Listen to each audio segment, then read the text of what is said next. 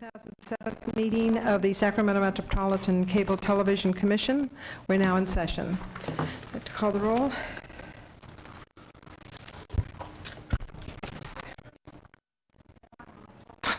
Well, how about if I read the statement and while you do that, okay?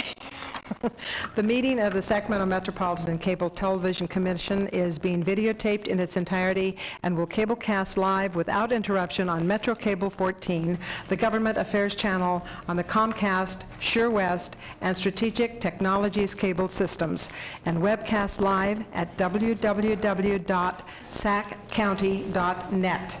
Today's meeting will be repeated Saturday, June 9th at 12 noon. A VHS copy is also available for checkout from any library branch. This meeting is also closed captioned.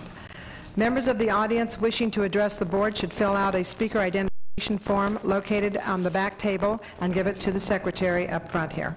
Please speak into the microphone when addressing the board and state your name for the record.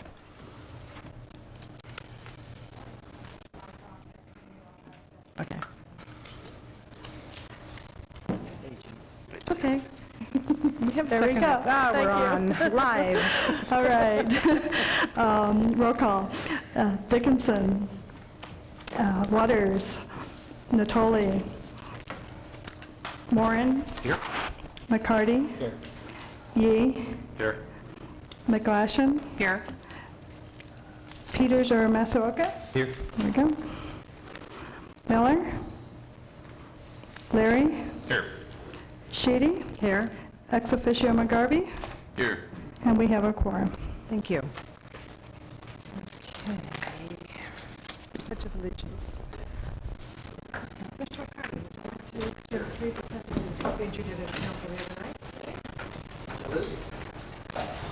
I pledge allegiance to the flag of the United States of America and to the republic for which it stands, one nation, under God, indivisible, with liberty and justice for all. Okay, we are going into closed session first, as I understand. Would you like to read that into the record? Yes, we have closed exec session conference with legal counsel regarding existing litigation, significant exposure to litigation pursuant to subdivision A of section 54956.9 SMCTC, the Commission versus Comcast. Okay. We Where are expect going? that this will be 10 to 15 minutes. All right, we shall return. Got the blue room in the Board of Supervisors. It's going to take us 10 minutes to get up there. Okay. We'll hurry. Yes. Thank you. Blue.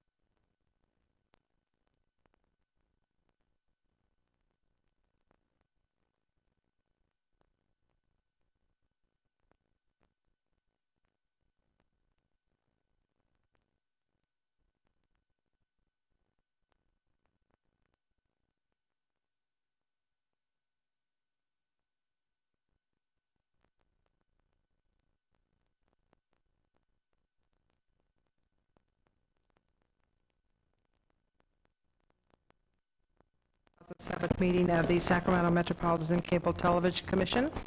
Is there anything to report back from closed session? There was no reportable action. Thank you. All right. First item. We have item 2, BestNet Phase 1 funding and school connection update by SECC, and we have one speaker, Liz Rhodes.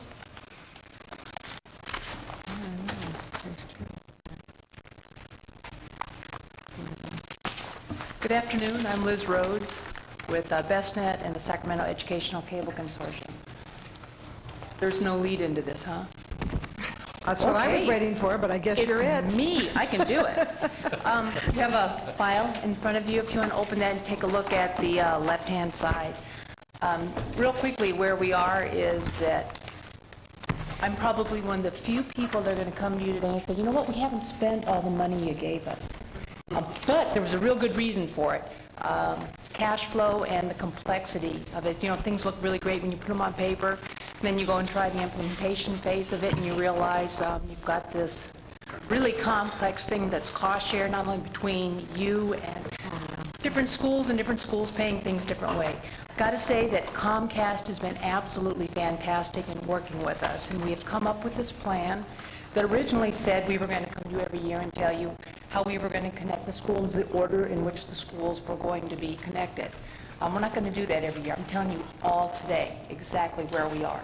And it's just because of the nature of how it worked out. Harriet said it was a lot like building a water, you know, when the water companies or the water utilities build out who pays for which section of it. That's pretty much what's happening here. If you look at the first list, I've got two sections of this, Comcast, and then one is a short one on Sure West. If you look at that, the first page that's Comcast Best Net Connections, you look at completed sites. Those sites are either completed as of today or will be completed by the end of August. So that's originally was about a third of the list, equivalent to about $1.8 million. The agreement is we pay Comcast and we invoice you when each of the segments are lit up. And we've completed quite a few and have moved forward with that. The bills are coming in. The good news is the cash flow is there, since everything you budgeted for this year will be falling into June, July, and August.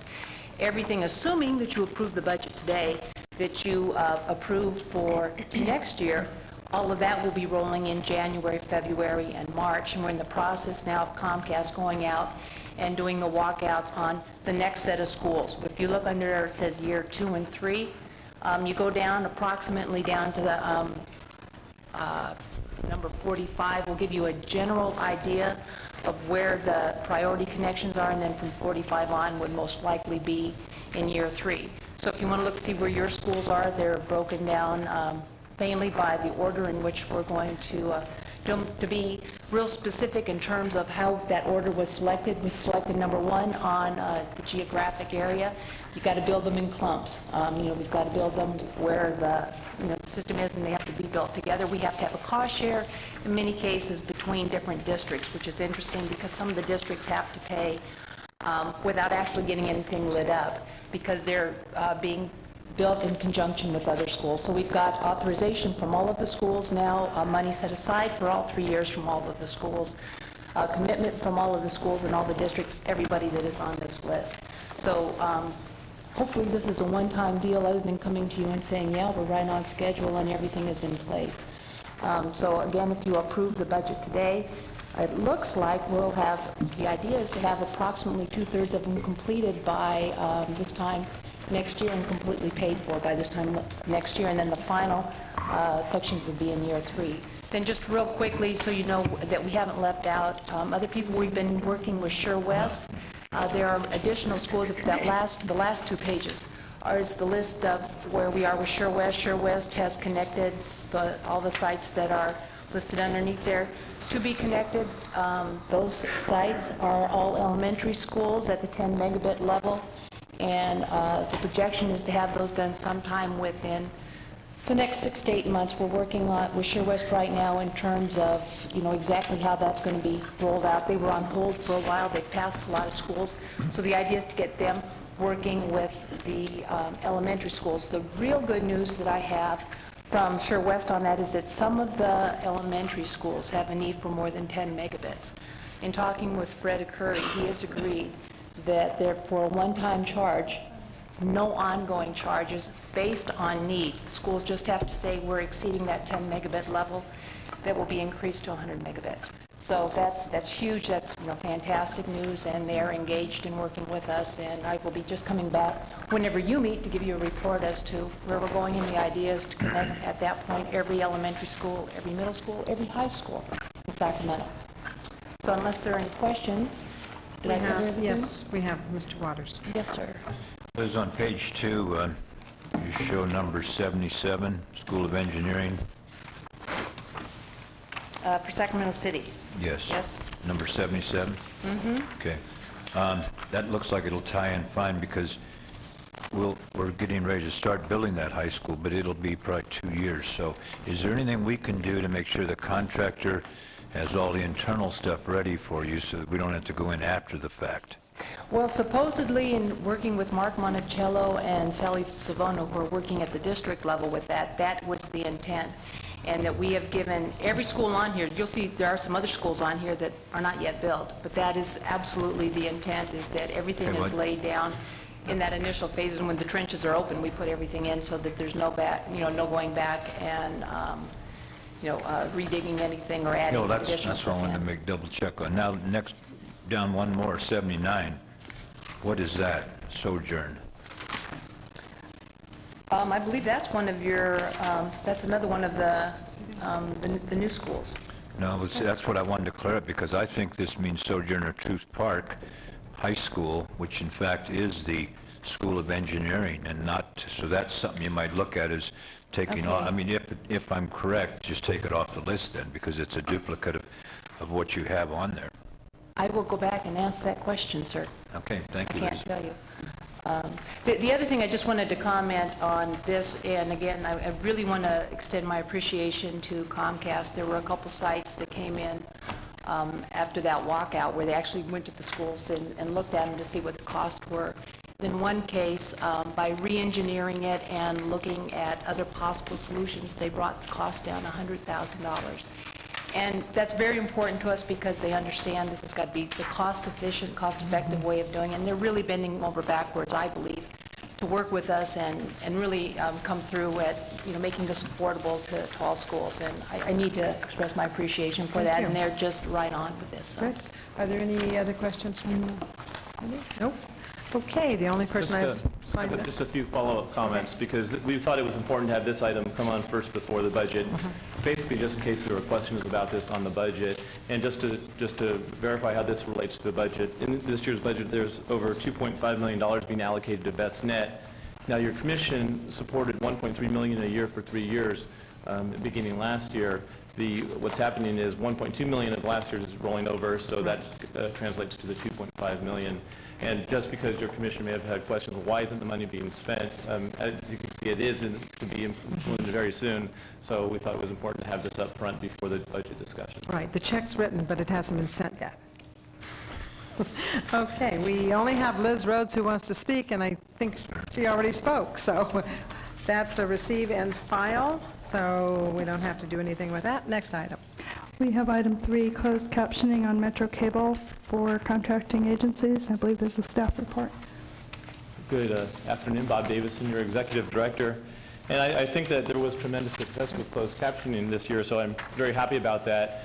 I do want to recognize Diane Graber and her Metro Cable staff, because they've really moved mountains to get this done, and I think they've done a tremendous job. Also, thanks again to the deaf and hearing impaired community and the community at large for their help, especially Sherry Farina.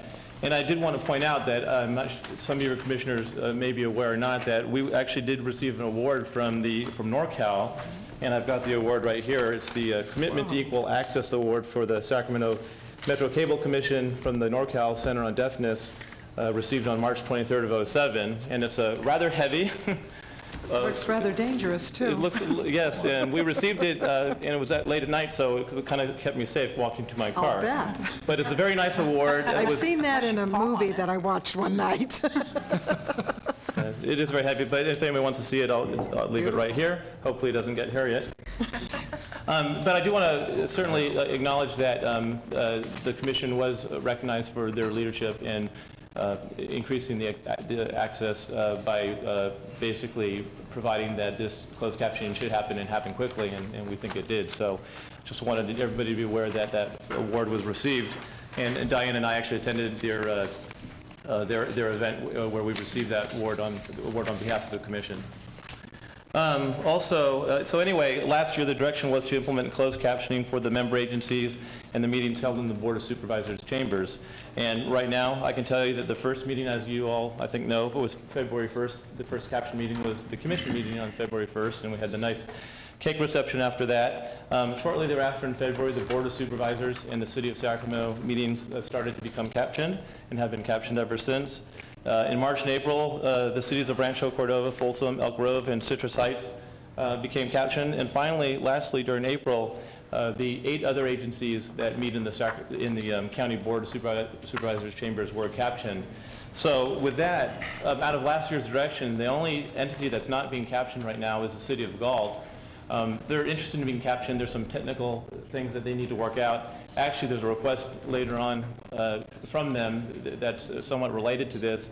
They've got some technical issues in installing phone lines and such that makes their captioning a little bit more difficult than everybody else's. So, but right now, 96% of the meetings that Metro Cable covers are now captioned. So I think that's pretty good. And now last year also with this direction of doing the member agencies and the meetings in the board chambers, there was a leftover policy decision about what about the remaining meetings. Really there's not that many more, but there are 5 entities that we call them the contract entities. RT, SMUD, Sac City Schools, North Highlands, Rec and Park, Sac Metro Fire. These agencies, meetings take place in other locations other than the board chambers, and so those entities are not being captioned. But in this year's budget, and today we are recommending that we move forward with captioning these meetings as well. What that would cost is about $35,000 per year, and we are recommending, just like with all the other meetings, that the commission cover that. To have those entities cover that themselves would be a significant issue for them. That would more than double the cost to those entities for all those meetings. Also, we're recommending $25,000 in this year's budget to pay for some of the equipment that would take. And we are recommending also, like for the other meetings, that any phone lines and ongoing support of phone lines be installed by those entities in order to implement the captioning. So with that, this year's budget would be the $265,000 for the captioning, which is based on last year's direction of the member agencies and the meetings held in the board chambers. Another $35,000 to caption these last 5 meetings, and $25,000 for the necessary equipment. With that brings the total budget amount for next year's, for this coming year to be $325,000. And with that, I can certainly answer any questions that you might have. I'll move the resolution. We have one speaker. So if we can hold that while we have her come up. Are there any questions from the commissioners at all? Okay. How about Linda Cook? Is Linda here? Oh, there you are. Hello. Hello, everyone. Good afternoon, Board of Supervisors and attendees, and Mr. Davison. My name is Linda Cook, and I'm deaf. I'm a member of the deaf community and deaf advocate, and also a member of the Disabled Advisory Commission. I was at the awards banquet, and I tried to talk Mr. Davison out of that. I told him my name was on it, but we couldn't find it, so I had to give it back. It's beautiful. Thank you. I want to thank everyone for approving the closed captioning on Channel 14 of all the government meetings. I live in Rancho Cordova and have been noticing more and more added additions on the closed captioning of the meetings. And it feels really good to be included in the government. We get information from light rail, transportation plans, shopping centers, schools, housing subdivisions, library hours to locations of porn shops. So we just, everything's covered. And just really appreciate it. Thank you all. And Mr. Davison. Thank you. And Cheryl. Thank you. It's been moved and seconded. Is there any more discussion? Hearing none. All in favor, please say aye. Aye. Opposed? Abstained? So ordered. Thank you. All right, next item. Next item is item 4. It's the 2007-2008 Cable Commission budget, and there's 2 resolutions to be adopted at the end. Okay, thank you, Diane. I'm going to summarize the main components of the budget and try and walk you through the budget report. I'm going to hopefully do it briefly and point out the highlights as I go on. So what I plan to do is make some summary statements and then go through the budget component by component. And what I think I'll likely do is at the end of each component see if there's any questions on that part, and then move on to the next one. Although components 4 and 5 are somewhat related, and we expect some testimony in relation to item 4. So what I may suggest is that we go over components 4 and 5, and then ultimately answer questions on 4 and 5, and then go to any public testimony if it's the chair's desire to do it that way. Okay. With that, With that, in summary, the total budget is $11.3 million. This might seem a bit high, but as we discussed earlier with the BestNet, that a lot of that is due to the rollover of the $1.2 million that wasn't spent last year. So it's artificially higher by about that $1.2 million and a little other rollover, so it's higher than you might normally expect. Some of the main highlights in this year's budgets, it anticipates cable TV revenues at $9.2 million, which is pretty healthy. I think we're receiving more revenue this year than we thought we would receive, so that's a good thing. Funds BestNet year 2 at $1.3 million, again plus the rollover of $1.2 million from last year. Appropriates the $325,000 for closed captioning that we discussed. Funds community programming base at just over $1 million. And this does not include some of the individual requests that we'll be hearing later on while discussing the budget. And it also recommends an estimated distribution of $6.18 million to member agencies based on the expected revenues from next year. With that, then I want to go into component 1, which is on page 3 of your budget, of your staff report related to the budget. Component is the administration and regulation. The proposed budget for this portion of the commission is $824,899. This is broken up into several components. First of all, the current proposed budget for the litigation related to the Comcast audit litigation that is ongoing is $200,000. Secondly, $120,000 for audits of Comcast and SDI. And this is actually, in relation to Comcast, that's a new audit. That's not related to the litigation. That's related to a new audit that we anticipate starting this year. Is the normal course of business. And also to begin an audit of STI next year as well. This $824,000 includes my part-time salary as executive director, funds the ASO position, 1.5 full-time equivalents for clerical support. We currently have just one of those positions filled, and actually we have Melissa right here, who's maybe new to your commission, so I certainly would like to welcome Melissa aboard. And the other half-time equivalent right there is not filled at this time, but that does give us flexibility for support for complaints and other issues next year. And then also $20,000 for legislative consultant that pretty much Rich Esposito is providing for us at this time. And with that, that's component 1 of the budget, and if there's no questions on that, we can move forward. Any questions? Okay. Green light. Component 2, this should be pretty quickly because we already just gave you the closed captioning presentations. Just so, in summary, it's $325,000. 265 of it is related to last year's direction, and the $35,000 for the new captioning, and the $25,000 for the equipment for the 5 meetings that aren't being captioned yet. And that's pretty much component 2. With that, we can move on to component number 3. This is the Metro Cable portion of the commission. As I said before, and I think it warrants repeating that, I'm continually amazed by the expertise that the Metro Cable staff has, not just in cable casting the meetings, but also working with the member agencies, working out technical issues, helping them on control rooms, and then also the huge effort that they took part in closed captioning this year. I mean, they really did step up to the plate. So I mean, Yes, they did. I keep saying it, but it is was a pretty amazing effort. With that, Metro Cable priorities are the same as last year. Those priorities are in the budget, and the only thing that I'll point out is that closed captioning was added as a priority last year, and that's also proposed as one of the Metro Cable priorities this year as well. There's special projects funding, including control room technical assistance and closed captioning assistance is provided. There's an equipment portion. There's $90,000 in this year's budget that's proposed for upgrading some video switchers. This may seem familiar. It's proposed every year, and the reason it is that if those switchers go out, and they've been around a while, if they go out, we want to be able to quickly replace them and such. So in other words, it would be important to go out and replace them immediately, so we just proactively put this amount in the budget, and if we should have an issue, then we would replace those switches. And again, that was similar to what was in the budget last year. And then there's the van replacement. And that's honestly one of the things that happened with closed captioning becoming a priority is we actually put the van replacement on a lower priority.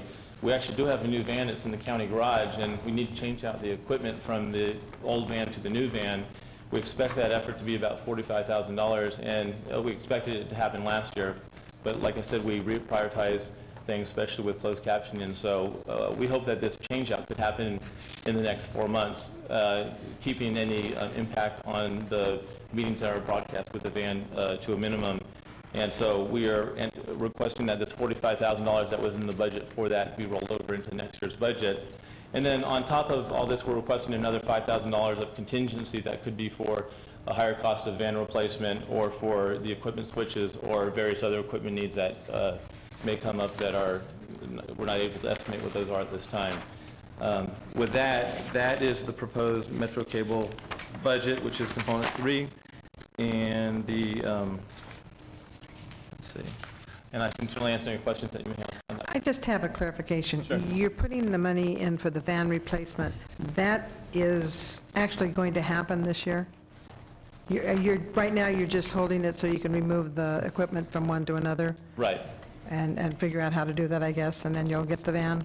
So Correct. we're moving it forward with the So- understanding that we are going to get another one? Yeah, and we have the van. It's just simply, but the equipment, installing the equipment, taking it out of the old van and moving into the new van is quite an effort. And that's what this budget portion is for. We actually have an ongoing, we pay the county every year for vehicles, and that includes replacement. Right, but this is just actually because of the equipment Absolutely. that the $45,000 is for? Correct. Okay, all right.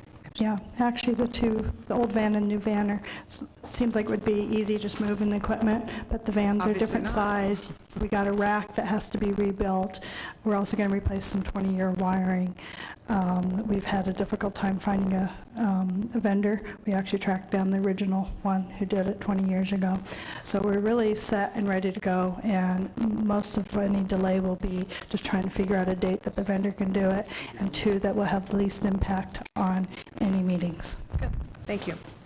Okay, and with that, the proposed Metro Cable budget is $346,155. Excuse me, we have another question. Oh, Sorry. Bob, last year the consultant allocation was for, as if I recall, was for sort of the transition.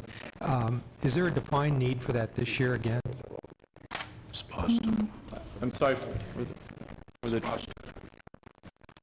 oh. Right, there's an item in there for consultants, which we had in there for the yeah, transition. Yes, and I believe so. Given that my status as part-time executive director, I think I need that consulting help to be able to continually keep up with legislation, produce reports, and react in other ways. So in this year's budget, in the admin component, we do have $20,000 for that, and I do plan to continue to enter into an agreement with Richard Spasto for that assistance. All right. And just summarizing the $346,155 for operations and $90,000 for fixed assets for the Metro Cable budget. Okay, with that, we can move on to component 4, which is community programming.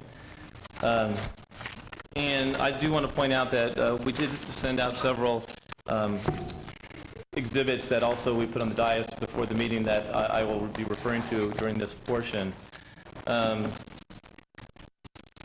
Just to remind you, last year, a 5% increase was approved to the base of all the channel licensees. And this year, we're proposing somewhat similar, basically similar to a COLA for each of the channel licensees. So what we're proposing with the base that was increased by 5% last year is a proposed across-the-board COLA for each of the channel licensees of 2.9%. And the 2.9% is based the same COLA that county employees are getting this year and Metro Cable staff is getting. It's actually similar to a request that Ron Cooper from Access Sacramento proposed. He proposed a COLA as well, and we don't disagree with the COLA. His suggestion was 3.3%.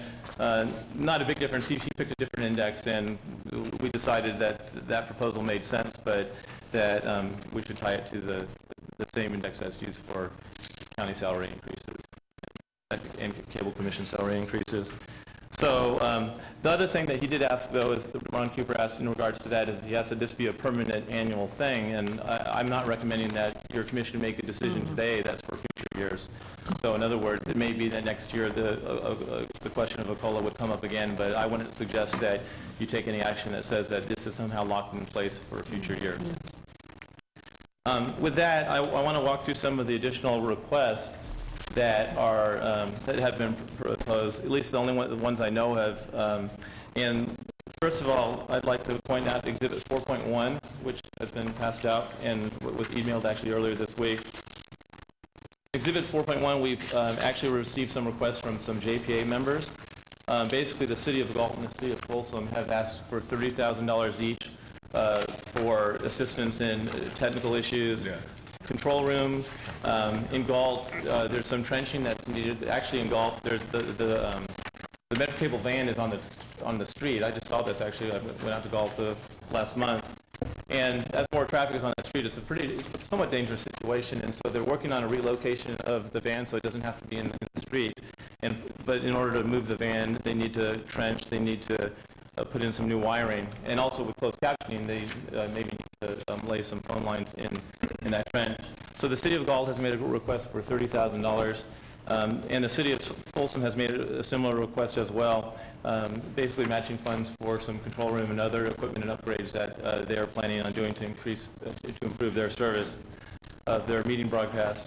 And I just want to point out that these requests are very similar to what other member agencies have requested over the years. And on item 4.1, under the history of additional JPA funding, I do outline what these recent requests since the year 2000 anyway that have been approved for Rancho Cordova, Sacramento, Elk Grove, the Canyon of Sacramento, and Citrus Heights. So I just put that there for your information in considering this.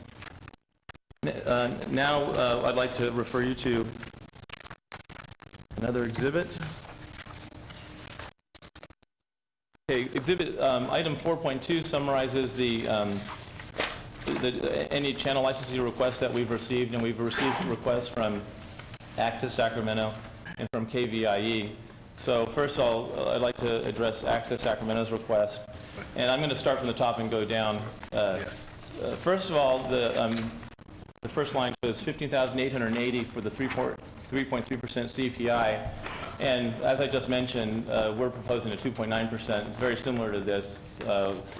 So there's just a few $1,000s difference between what they've proposed and what we're suggesting. The next line is $93,500 for basically Game of the Week and hometown TV events programming. That's an amount that was approved last year and related to 25 events of Game of the Week and 25 events of hometown that were broadcast on Access Sacramento. They're basically requesting the same amount this year to cover the same amount of events that they would cover on Access Sacramento.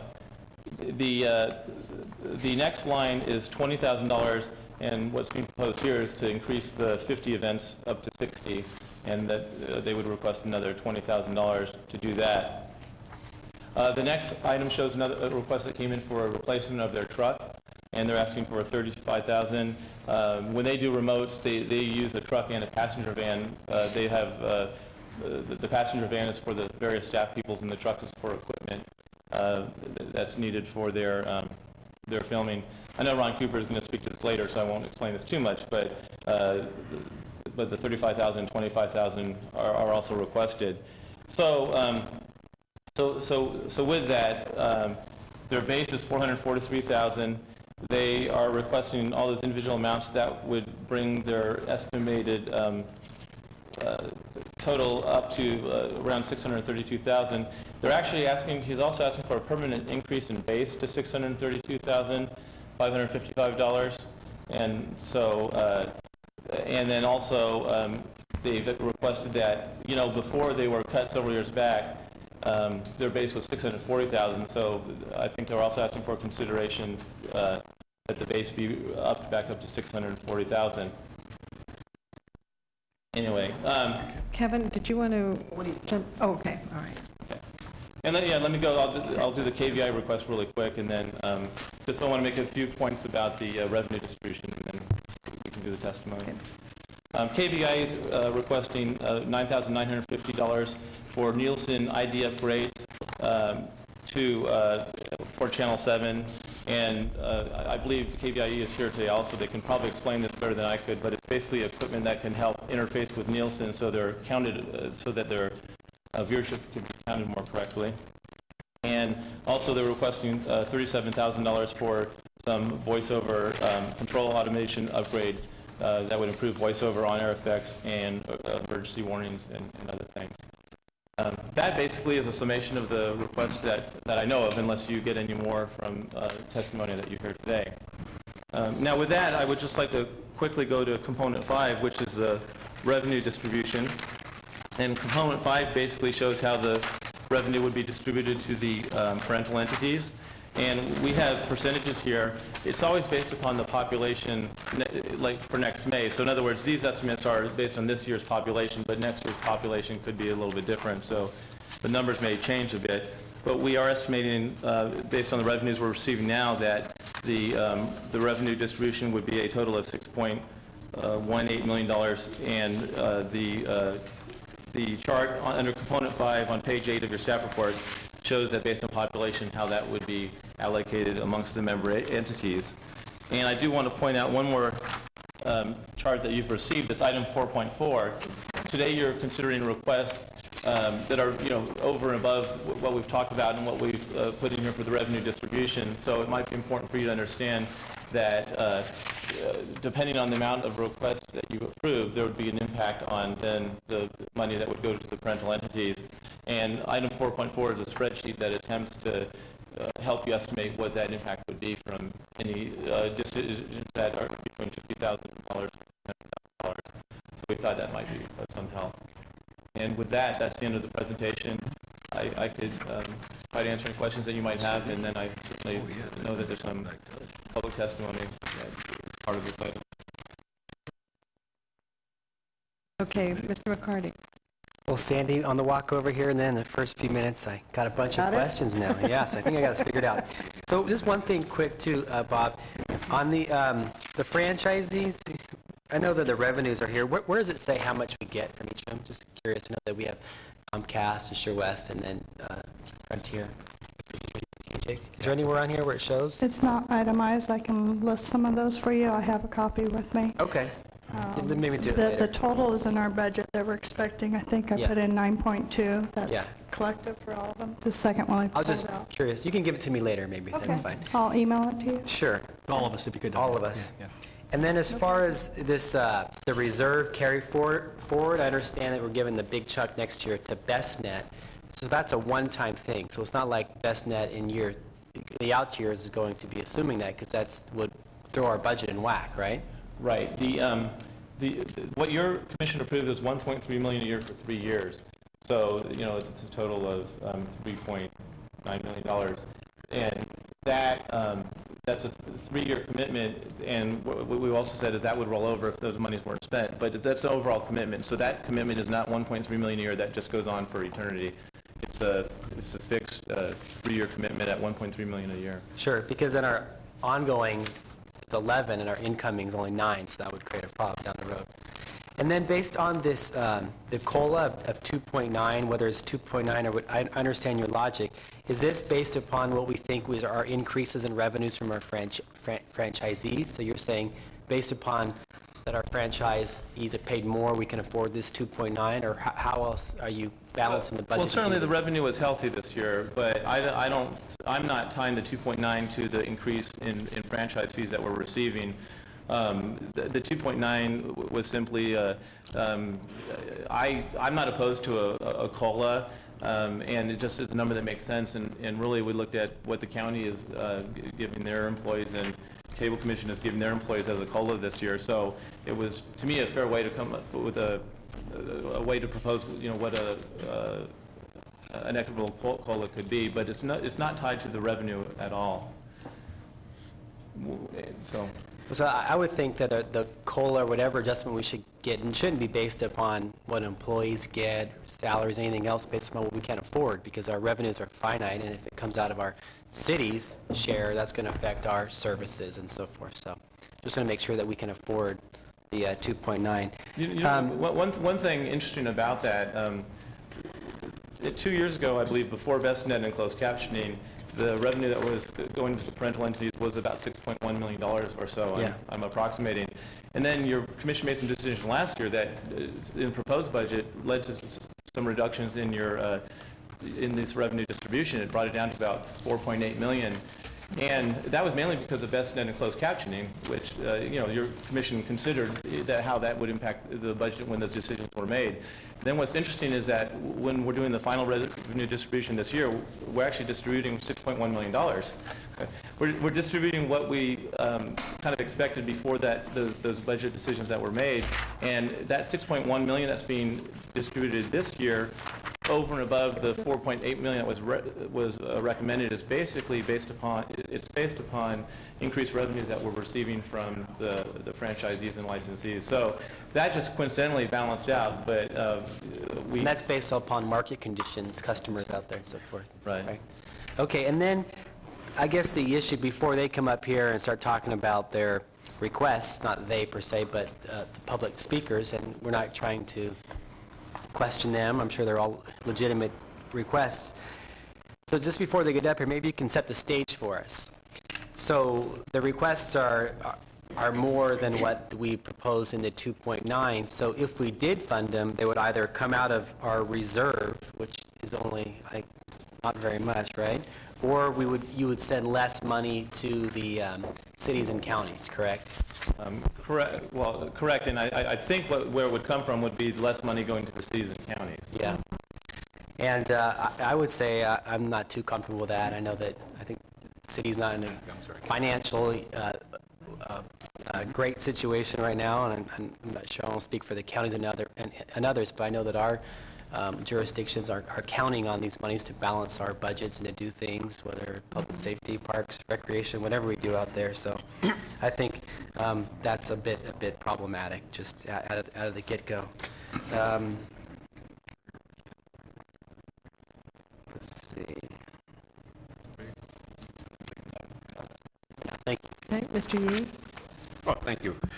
Bob, I'm a little confused on item 4.2, Okay. where the request from Access Sacramento, which states some of the annual costs of some of these activities, but mixed in it is the passenger replacement and truck replacement, but those are one-time costs. Yeah, and let me clarify that. I think that's a good point. Even the Hometown and the Project Hometown TV and the Game of the Week that was approved last year was approved actually as a one-time. So, but it's a one-time that's coming up again. So if you look at table 4.2, the first number, Access Sacramento requested $15,880. We're recommending a different COLA, but that amount would go to base. The rest of these, the $93,000 for Hometown and Game of the Week, then the $20,000 for the additional programming, the truck replacement and the van replacement, those are all what we could consider one-time requests. So, so the summation of all of those would be the total of the one-time requests that they are asking for. Now, Access Sacramento is also requesting that that also be transferred to their base and that their base be increased. So there's a lot of things going on here, and that's why we tried to... Well, that's why it's confusing, Yes. because you're mixing one-time costs and some annual costs, and so I didn't know what was going to their base. Yeah, and so just to clarify, the COLA is recommended to go to the base. Then the $93,500, the 20 for the Hometown and the Game of the Week, the $20,000 for the additional Game of the Week and Hometown programming, the $35,000 truck replacement, and the $25,000 passenger van replacement. I believe that those are the one-time requests. Okay, And that's only for 1 year. correct. So next year is something else. Next year they could be asking for the same program. Because you don't have van replacements and truck replacements. I would hope that we wouldn't need to replace one every year, but... Every year? No, I would hope that we would not need to do that. They're 30 years in vintage. In fact, I'm surprised the truck lasted 20 years. I just got rid of a car that was 15 years old. That was on its last gasp. Yeah. But the Just a clarification, the 5880 is what is the base right now, the CPI, including the CPI. Well, the base right now is $443,175. Right. And then we're recommending that $12,852 be added to the base. Okay. But the 20, for the additional 10 hometown or games, and the $35,000 and the $25,000 are all one-time fees, which comes out of the city-county funds, right?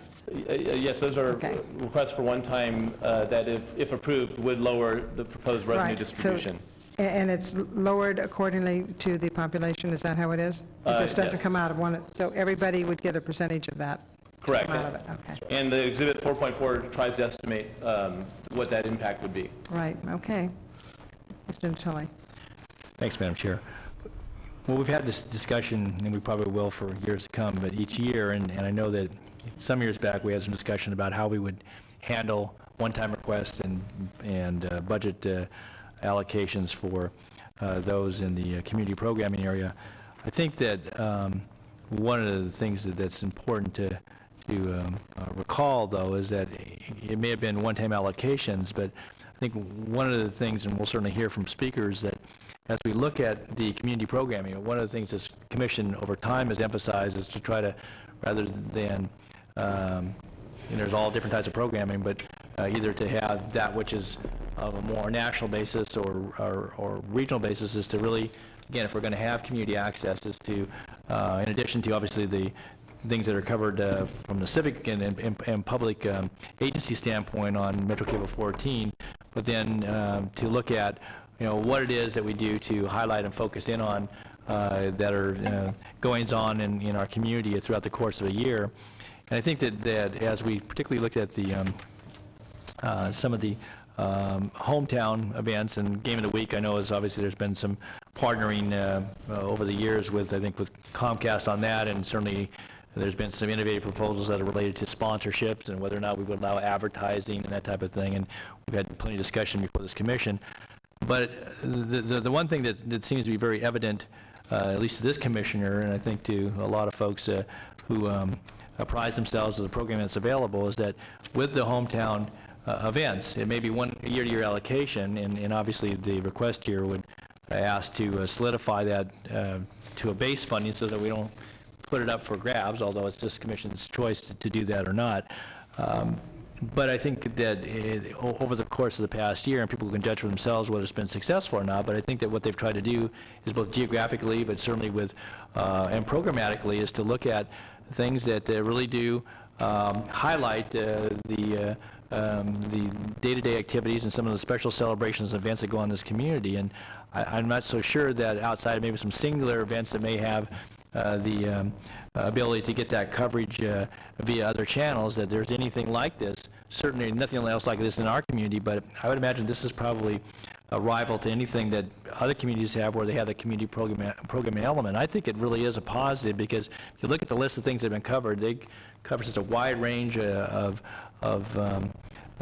different types of activities that really do, I think, again, for all time, memorialize those, and I think, again, hopefully build interest and build participation, and hopefully build interest in, in the community programming aspect. And so I guess when it comes to that, in my view, now again, we have requests here to ask for some additional programming monies and so forth, but I think it's very important, and it goes back to a point that I've made in a couple of past discussions on this, and I think that when we look at it, obviously the revenue source to the county and to the member entities, the cities, is very, very important, and that's the franchise and licensing fees for use of rights of ways and so forth. But part of that, and part of the original commitment is to, have something different when it came to cable programming in this community. And I think what we've seen, certainly through the Metro Cable 14, and I think the broad aspects of getting out to the community, the goings-on of their local government transactions and the business conduct of their elected representatives and other bodies, but certainly from the standpoint of what's going on in the community. And I don't travel that much, but I know that when I've from time to time visited other communities and tuned into their community programming, that there's nothing like it that I'm aware of that would even rival what we have in this community. I think we're very fortunate to have that. And granted, it's dollars, but when you look at this, I don't think that the overall focus ought to be how many pennies we can squeeze out of the annual revenues that come in to return to the member entities. That's an important aspect, and it's certainly a very primary one. But I think part of that needs to be a consideration for what we do from standpoint of the community access, which is a real strong basis. And this community fought very hard for that when the initial franchises were awarded. And I think it's now embedded in what we do. And so it would seem to me that, again, we can talk about, and as we will, about the specific requests. But I think that community programming, and we hear about BestNet and what's been done in that respect, again, I think that rivals anything anywhere in the United States. And I think when we look at community programming and some of the civic programming, certainly KVIE is a public broadcaster that has ties back to our local programming here as well. I think, again, we're very blessed in lots of respects to have these type of offerings in our community to counter everything else that's out there, that whether good, bad, or otherwise. And so it seems to me that we can always go back and say we want as much for our member entities to cover our other budget needs. But the fact is, this is a cable commission, and one of the charges here is I think, to have that broad overview for community programming as well as all the other things that go with the franchise and the authority we're given here. So I guess I would just argue that we really take a good look at what's being requested here and give some strong consideration to it, because I think it's a part of the primary charge for this commission, and has been a really, I think, a strong point for the activities we've overseen for a better part of now more than 20 years. Mr. McCarvey, then Ms. Professor. Don, are you talking about making the 93, at least that, as part of the original base, rather than having it requested every year? Yeah, I think there should be some base support for that. And I think, again, we need to have the accountability there, Bob, and whether that's, whether 93 is the magic number or not. I wasn't so much even arguing the dollar amount. I just think that we've seen the success of that. It's been a relatively short period of time, but over a couple of years, in addition to the other activities that they've done over the years. But it seems to me that this is going to pay dividends in many different ways, and some of those are not in dollars and cents, but I think it gives a real good foundation for a lot of the things from the standpoint of community programs. So I would like to see some of that built back into the base. Yes. Ms. Blanchard. Thank you. And, this commission can certainly get into a discussion of whether we want to approve a permanent increase to the base or a year by year, but I just think, to follow on to Commissioner Natoli's point, I think it's just always important to remember the source of these funds, which is a tax on cable subscribers, and so we need to keep that in mind when we determine how to spend these funds, and to make sure that we're giving back some value to those taxpayers. Yeah, something else. I was looking at the item number 4.4, the amount of money that goes from each.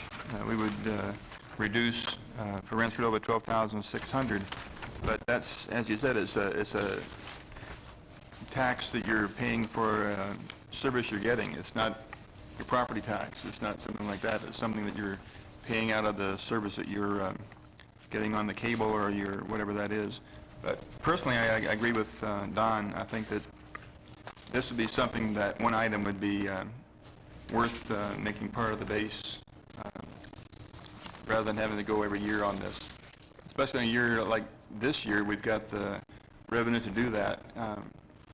But I think it would be something that would be worthwhile, even if the economy goes down, the economy goes up, at least you have a good program that can be covering everything in the, well, as much as they can on that amount. Now, the other, an extra amount, that's something we can discuss also. But that base amount, that 93, as you say, whether that's the exact amount every year or not, but have a tax added to the base, I think would be a very good idea. Just one minor comment is that I still recall years ago, Don, that we were in a downturn in the economy and we had to cut our expenses, and so that's the one thing I want some of the entities to understand. When times are good, fine. I don't have a problem with funding some of these things, but don't forget, if we're ever getting to that day when we have to cut, don't come back and complain, because, we got to share the good times and the bad times together. Okay. Did anyone else want to say anything? Well, I think Mr. Yee answered my question, because I was looking at the 03-04 budget where everything was cut 27% for the licensees, and I assume that was due to the downturn in the economy. Is that correct in a historical perspective? Around that time, the commission looked at the allocations and potential revenues, and they made adjustments based in part on what we thought the revenues were going to be, and also in part on reallocating priorities more towards education and BestNet to get those programs up and running. I guess the second part of my question is, and I was wondering if the base year was for 01, 02 for like access was 240,000, and I was assuming that was maybe involved a lot of startup costs as well, because obviously the operating budget's down at 440,000 now. So is it a combination of just having to cut, or reprioritizing, or a combination of all, or initial funding for startup costs? For BestNet, or for back in that time, and I'm only telling you my recollection, but the commission with Mr. Edgar, Bill Edgar, and others looked at reprioritizing the monies and reallocation, and we knew that BestNet was coming forward at that point. And at that point, the commission took the actions that they took to reallocate. There was also some reallocation of the channel, what hours were used on which channels by which entities. I don't know if that answers your question. Well, no, I've got a better picture. It's not as... Details, I don't remember exactly. It's not high definition yet, but... That's pretty accurate, too. I know. It may be that some of the commissioners have a more precise or different recollection. Okay. Thank you. Anyone else? Okay, we have 8 people signed up to speak. What is I have not asked the commission if they're going to be able to stay for the whole period, or if some have to leave early, because we have approximately, half an hour. What is the whole period? Well, the whole period is from start to finish. Oh. I will have to leave a little prior to 5 p.m. for another meeting. Okay, we can hear 3 minutes each, or 2 minutes. What's the preference? I would just urge those who are speaking to Speak fast? Yes. Okay, if you will do that, we will let it go. Brief and concise, because you stand the chance of losing some of us who might be on your side who Yeah, have to leave and early, that's what so. I was trying to say very nicely. So with that, let's go ahead and get started with Mr. Burton, Carl Burton. Thank you, Carl. Next speaker. And I've been coming to these meetings for over 10 years, so I appreciate the opportunity to speak to you once again. Public Access had another exciting year this year. We had a number of volunteers out there going. You've already heard about Hometown. You've heard about our request, so I'll make it very brief on the request.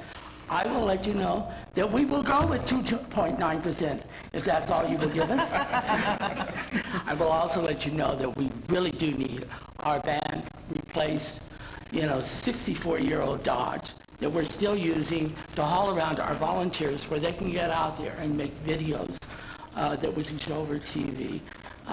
We really need that van. I think sometimes that when we pull it out of the parking lot that there's more oil underneath the van than what there is gasoline in the top of it. So anyway, we do need that one-time Let's get rid of those replacement. old Comcast vans? We will take a Comcast van. We'll take a van from the county. We'll take a van from the city. If anybody has a van that they want to get rid of, because this $25,000 that we're asking for is only going to buy a used van anyway. It's not going to go out there and be able to buy us a brand new van. Same way with the truck, the $35,000 allocation there.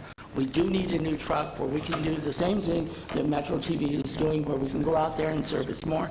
As far as the one-time allocation of Hometown, I'll tell you that we won't be back next year saying give us $20,000 or give us $30,000 or give us $40,000 where we can do more Hometown TVs. And the reason why we won't be back here next year asking for more is because we don't have enough volunteers like Steve and some of the other people that are here that can go out there and film them for us.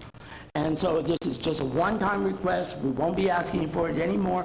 We would appreciate it if you'll put it in our base total, and thank you very, very much. And that was 2 minutes, and... Thank you, that was very nice. Good. Hey, Carl. Almost exactly. Bob, is there any value, you're talking about a van for equipment, I presume, Carl, but is there any, what about the one you're just discussing, our old one? Is it completely worn out, or could that be something we could... I mean, I could defer to Diane, but I don't think the old one has got much value. The van that we have is like a cargo van. It's not a passenger van, so it doesn't have seats in it for their passenger. And the truck that they mentioned is more like a 22-foot motorhome, which again does not relate to our van. So maybe there's some other opportunity somewhere else to find a good used deal somewhere, but Metro's van doesn't fit that. Thank you. Thank you. Gary Martin.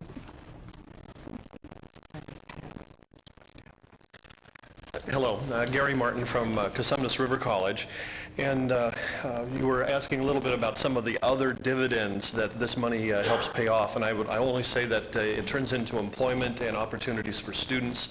Cosumnes River College has a long history of partnering with Access Sacramento, and this year alone, 15 of our students over the course of the semester have either been picked up with internships or other small stipends, primarily through the Game of the Week opportunity. The truck, praise you if you fund the one-time only to replace the truck and the van, because those are in desperate need. We have special curriculum that we have in our courses that allows us to use the truck and teaches students how to effectively create programming. These partnerships turn into a pipeline of jobs, not just with Access Sacramento, but with other people who partner with them. Comcast Sportsnet, Touchdown Productions, Granite Bay Productions, a variety of other people who see our students out in the field because of work with Access Sacramento get employed because of that. And this is a huge opportunity because you fund community access television. So I would only encourage you very much to support Hometown and Game of the Week. Our students learn how to create those programs in partnership with Access, and that turns into jobs in this community and opportunities to create other things for our communities, and it's a very important piece. Half of the full-time staff at Access Sacramento came through Cosumnes River College in the years in the past, and now they are the ones who are driving forward this production opportunity. I won't take any more of your time, only to say that I certainly do appreciate the consideration that you would make the Hometown and Game of the Week funding a permanent part of the base. You've one-time funded it 2 times in a row now. I think Access and the volunteers and staff there certainly have demonstrated that they know how to provide great service for that money, in part because they're using volunteers from the student base at Cosumnes River College. I appreciate your support of the educational mission and your support of Access Sacramento. Thank you very much. Thank you. George Hall. Madam Chairman, ladies and gentlemen of the Commission, thank you for allowing me to speak today. My name is George Hall. I am a volunteer business advisor to the Board of Directors of Access Sacramento. I have worked with Access Sacramento for more than 10 years. I am pleased to tell you that beginning last month, Access Sacramento became the county's first round-the-clock international Goodwill ambassador with the start of live video streaming of Channel 17 on the World Wide Web. Because of the unique efforts of Access Sacramento, people from all over the world are now able to watch live video of activities and events on the internet that promote Sacramento County's people, lifestyle, and culture. Since video streaming began at Access Sacramento, and I remind you it's only been 1 month, people from 41 different countries, including places like Fiji, Germany, Mexico, Africa, the Pacific Rim nations, have learned about many of the activities, culture, events, and people that are Sacramento County. Access Sacramento continues to stream video around the clock on the World Wide Web. Programming such as Festival de la Familia, contemporary and classical youth music award shows, Shakespeare in the Park, school sporting events, and all of the dozens of Hometown TV and Game of the Week programming are broadcast worldwide.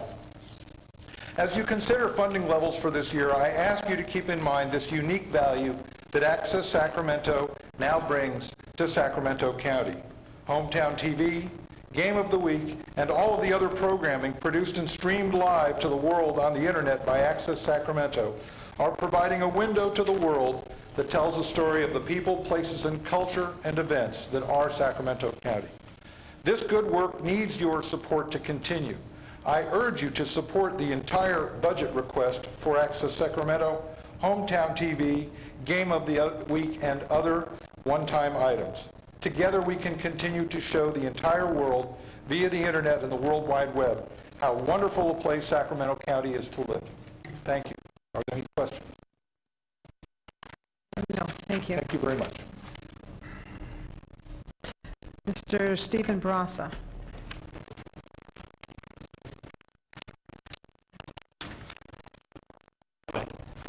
I'd like to thank you for your support of the Hometown Television grant, and I'm a cameraman, production assistant. I do editing, assembling a number of the footage that's converted into the television program that you see. The rich diversity of Sacramento, it's been an amazing journey, different cultural groups that I've experienced in this process. I wanted to share you in advance, do you have an overhead that you can throw on real quick, possibly? Advance still from the latest project I'm working on. A number of the board members publicly endorsed this. We may want the screen down anyway for some footage we're showing.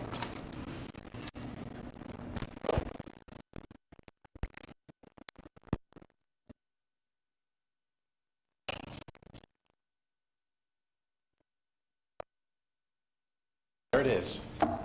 You may recognize it as the Pacific Rim Festival at Old Sacramento. And so we're going to edit this footage and capture the vibrancy and excitement of the event.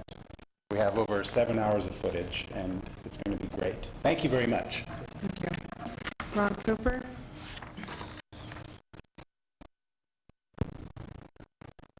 Ron Cooper, Executive Director of Access Sacramento, and thank you again. And out of consideration of time, and we want to move to the vote, just to outline that our specific requests are on a blue piece of paper. Background information is on purple. The updated program, 55 of the promised 50 programs have been completed and edited, and another 7 are in the pipeline to be completed.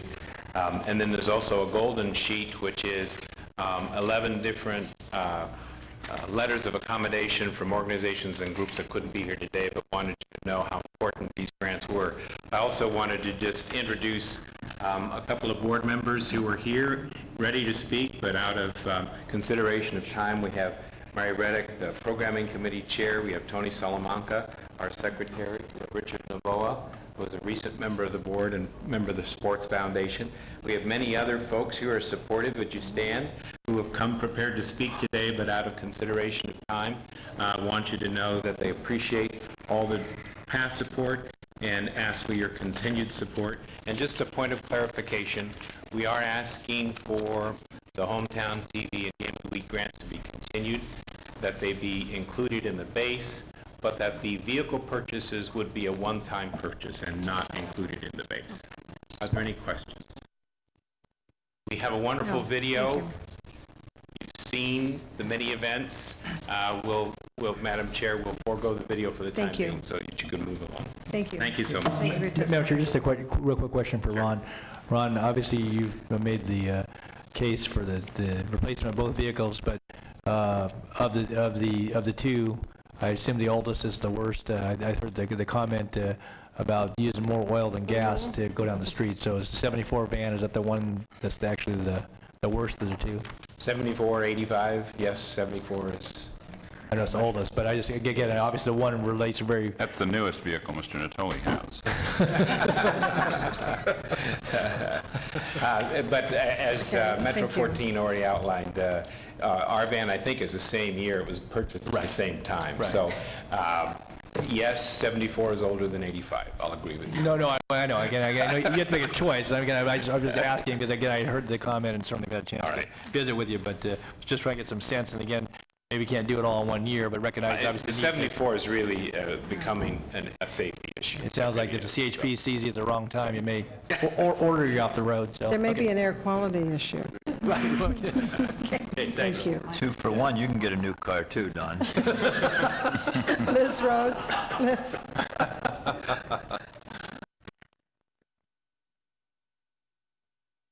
Good afternoon, Liz Rhodes, Sacramento Educational Cable Consortium. Just want to remind you that we also do the educational channels, not just BestNet.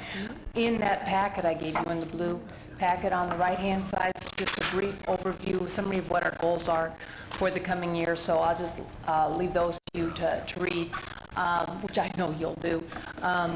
But I do want to point out just a couple of things. One, we have been trying over the years to match the money that you give us for our operating funds. This year we exceed the money that you give us. We're very, very appreciative of the funding that you provide for the educational channels, but this year more than 50% comes from outside, so it's member support grants, that type of thing. So we're real pleased with the direction that we're going. We're feeling very comfortable because it's an indication to us that the community really needs and values those channels. We're going to continue. This year the plan is to continue programming. We're doing a little bit of switch in how we program those channels. Priority still is in the live classes and in the telecourses. But we are going to mostly no repeats whatsoever on those channels because there's so much programming that is available to this community that can't be seen any other way. And so our goal is kind of blend the resources with BestNet and then what we're doing with the channels. The repeats, the programs that people want to see over and over again, they'll get those off of BestNet. So it's kind of our little version of video on demand. The other big thing that I wanted to share with you is the number of students. We have more students this year than we've ever had before. If you look at the bottom of the under item number 5, you'll see San Juan Adult Education, 1,250 students this year. 80% of those are new this year, are not repeat students. I think that's significant. 6,000 from Sac State, 18,300 students enrolled in cable classes completed this year. A total of 25,000 students in this community taking classes on cable. And I think when you go around this community, you'd be hard-pressed to find someone who has not taken a class on cable. That's 20-some years of experience. And it's a true asset. I had some things I was going to read to you, but just for the sake of time, I have one from the adult ed. Okay, but you're on the honor system. I forgot to turn the clock on. I know. I figure I'm about a minute 30 in, so I'm going to wrap up here. This is a letter from Lena from took Adult Ed Tools for Success. They're the most successful of all the programs. She says, first, I don't have a car and I can't go to school for adults. And she says, I want to thank you very much for the classes, for your great school that can help me get a distance education. Now I can speak a little more with my neighbors and go to Social Security office alone without my son. He is very glad. Anyway, he sends his thanks to you. You're touching many, many, many people in this community with the programs, and so we want to thank you. We want you to know that we continue to take our mission very seriously, and our goal is to do more of what we have done and do it better, more efficiently, and with more support from the community. So unless there's any questions, thank you. I too had a video, but I'm going to put that on BestNet, and I'll send you the URL, and you can look at it in the privacy of your own home, okay? Thank you. Thanks. Michael Wall?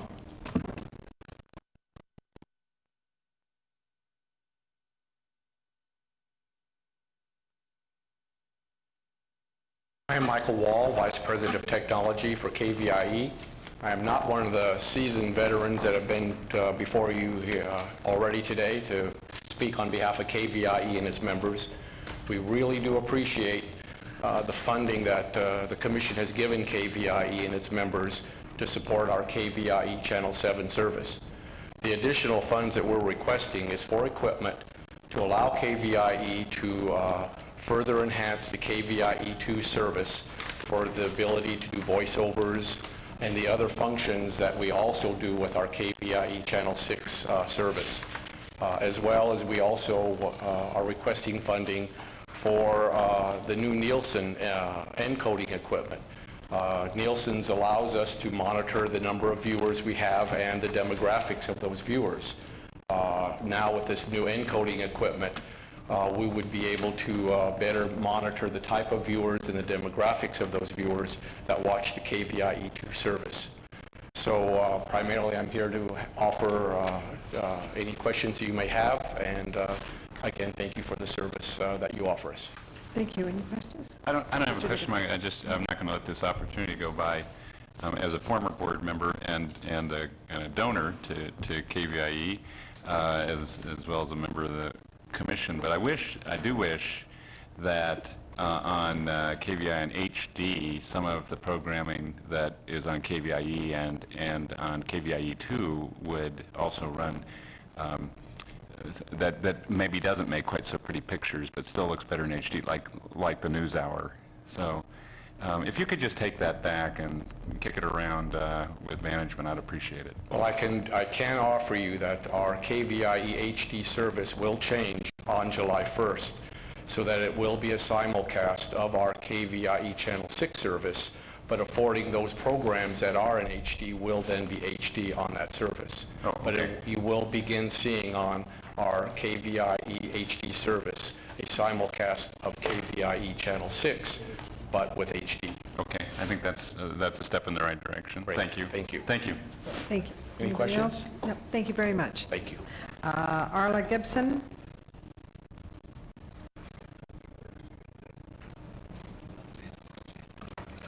Good afternoon. I'm Arla Gibson. I'm the Director of Development for Capital Public Radio, and I'll keep this very short because I know you're busy and we need to get to the budget issue, but I wanted to say thank you on behalf of the Board of Directors and our new General Manager, Rick Etchison, and to encourage your continued support of community programming and specifically Capital Public Radio.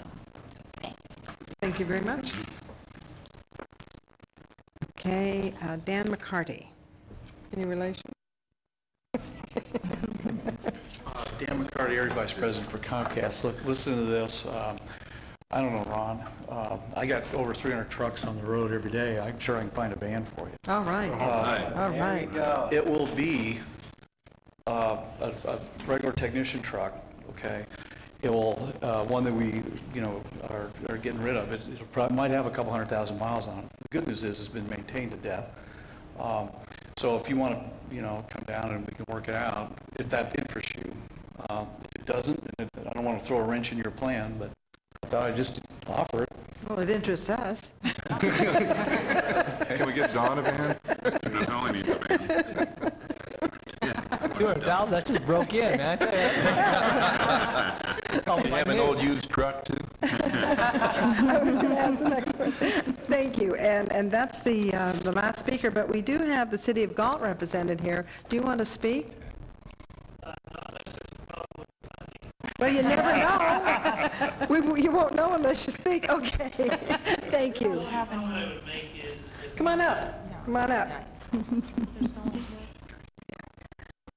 And introduce yourself for us. But if you speak, you're going to create a problem. Ed Anderson, City Manager. The issue that we're dealing with, Galt had the television simulcast put in 1987. What we're trying to do is redo that system. This money would be a very boon to us in order to do increased technology and get that big camera that they have to move in with the cables out of the front of our council room, and that's what we're trying to do. Okay. Thank you. All right, that's it for this item. Madam Chair, real quick question, if I could. The offer by Comcast is very generous, but then if we were looking at the request from Access, would it cover the first item or the second item? Would it be the truck replacement or passenger van? Which category would it most closely fit to, recognizing that it may not be exactly the... Yeah, if I understand, the size of the vehicle would be the passenger van. Okay. And we'd have to find a way to put seats in it. All right. But the larger truck, similar to the Metro 14 truck, I don't think Comcast has it. Right, I didn't think so. I just want to be clear on that. So then, assuming you could cover the need with what's been offered here, then the truck replacement would still be $35,000 then. And I did take Supervisor Yi's suggestion, and I've been playing phone tag with the fleet manager for the county. So, but I doubt if that larger truck is available in the county fleet. Okay. Good. Thank you. Okay, here we are. Any comments, suggestions? Roger? Well, not comments or suggestions. I think I've got the list here, so we can maybe get on what people want to add. If I've got everything, it's just short of 300,000 in total, which may be why Bob ran his chart out for 300,000. I don't know, but it's 60 for Galt and Folsom. And then rounding off, it's 13,000 for the CPI. For access, it's the 93.5, and we have to decide if we want to do it, and if so, does it go into base? The 20,000 additional, 35 and 25 for the vehicles, and then about 47,000 for KVIE rounded, and that comes to roughly 293,500. That's not to the dollar, but that's pretty close. For my own part, I think it does. I'm willing to add the 93.5 to the base on the access request, and the money for the vehicles. I'd love to see them do additional events. I realize there's always pressure on us in terms of our distribution to the jurisdictions. So perhaps that's the one item that we may want to forego, but I certainly, without repeating, I simply endorse the comment simply made about the value of the programming that's been done. And so at least that puts the numbers to it, and maybe we can get, as I said, some idea of what members want to do as on that list. Go. I was doing a little adding myself, just equipment, wiring like that. That's $167,000. So that's not something you're going to be coming back for again. The wiring for the Folsom, the wiring for Galt, the truck and the van, and the putting the interface in for Nielsen, just equipment. That is something that will not be coming back again next year. I think it's worth giving those. Definitely. I mean, the others, I already said that, and for that money for the 93,000. But I was curious how much of it was actually just equipment, and it's amazing how much of it is. And you can't run it without it. Thank you. Just similar to what we've done in the tough years where we've cut back, this is obviously one of the years that we do have some money that I think that we can provide, like Donna has mentioned, a service to this community. So I too support the one-time costs being taken out though after this fiscal year, but include them in this year. And I'm not real certain about the additional $1,000 for the that they requested for the whole of the week and hometown TV. So that would be the only question I have. 5 into the base would be fine as well too. Thank you. Sure. I just have a question, and I don't want to minimize these important requests, but in our city budget last week, we went over and we were, I think, $100,000 short from funding. You may have read about our youth czar position office, trying to figure that out. So I want to know if it comes down to such a little amount, if that would affect it. So what's the amount that our cities think that we're getting already? Have you told all these jurisdictions, is there a plug-in number that we're counting as we build our 07-08 budgets? Yeah, Diane. Sure. For 07-08, if I understand your question, we sent a package to each of the city managers, which included our budget. I highlighted the budget item so that they would know that's why they were getting it, and we asked them also to distribute it to each of the city council members. Now, of course, you wouldn't have seen that special distribution because you're on the commission, but that went to each of our member cities, to each of the city managers. A few months ago? No, just in the last week, and it was highlighted because our budget only goes Well, out I in a guess the week. question is our budget office built our budget before last week? Yes. Months ago, I'm sure every other jurisdiction did the same thing. And the city proposed distribution is 2.05 million. And so what was our city counting on a couple weeks ago, months ago? And would this now have any effect on what we're trying to do to plug in our budget? And it comes down to almost the dollar. I would guess what they, usually I get calls like in February or April, and I help them with that, but I haven't had any calls from any of the budget managers this year, although it would still be an estimate. The minimum that I would have normally told them, and which they probably would assume at this point, is taking a look at what we budgeted, not what our actual is turning out. Our budgeted for last year was 4.8 million is what we thought. And then we ended up with an extra 1.2. They don't know about that extra 1.2 yet. Okay. And So that's where we think we have some wiggle room. So if they were assuming based on what we told them last year, without any updates yet, they probably were assuming $4.85 million distributed as a whole to the cities would be my guess. Because that's what they've done and assumed in the past, and that's usually what my recommendation is, because usually they call earlier than I have data for, because my big decision point as far as how our revenue is our May revenue check that we get from the cable companies. And so I'm really just getting those right before I get in the budget. So, does that answer your question? Yeah, it paints a different picture. Like, for example, 4.8, 1.2. and the city 1.2, shares yeah. 30% of that, so you're saying that our city doesn't know about at least north of 400,000. Correct. So if we have even if we go to the 300,000, as Roger added up all the lists, it would still be net more than we thought. Yes. Thank you. That makes it a little. Any other comments? All right.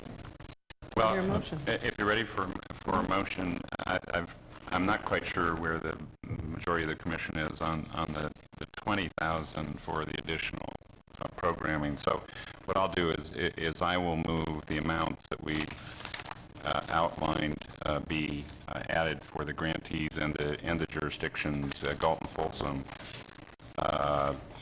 not including the 20,000 additional.